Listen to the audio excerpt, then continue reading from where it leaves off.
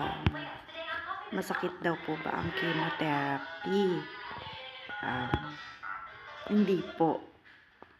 Kasi yung injection, hindi dito. Yeah. Nagkaano na. Hindi po masakit. Pero depende po sa may katawan.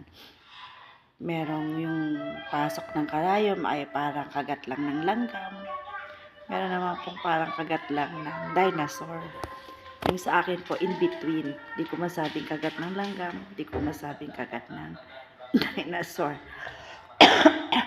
Ang masakit po sa chemotherapy, side effects.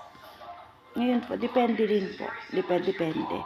Yung sa akin, ang naranasan ko ng first cycle ko ay nagkaroon ako ng mouth sore. Diba? Sa loob po ng bibig ko, medyo mainit siya, tapos parang masakit po. Hindi ka makakain. Tapos, yung tiyan ko masakit. Every kain ko, nilalabas ko, diarrhea. Nilagnat din ako. Feeling may lagnat, trangkaso. Yun po. Pero after 1 week, okay na ako. Tapos ngayong second cycle ko naman, okay naman ako. Goods ako ng ilang araw. Pero pagkatapos nung Pilgrastim ko na shots for white blood cells, doon naman po ako itinumba.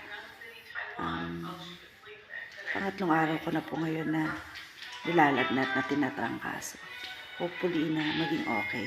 Then bumalik din yung dito sa mouth sore ko. Other than that, wala naman po. Constipated din ako ng 2 to 3 days. Then okay na. Basta ano lang po, kain lang po ng kain. Sa mga katulad ko pong nagtikim. Yun lang po yung naging sekreto ko. Kain lang po ako ng kain. Kahit po feeling mo ayaw mo nang kumain, masama na yung lasa, kain lang po ng kain. Po, kasi sabi naman po ng oncologist, pwede naman daw pong kainin lahat. Pero syempre po, in moderation tayo. Saka wag po muna sa mga fresh. Kasi may mga ano pa rin po, mga bacteria pa rin po. Prone po tayo sa infections.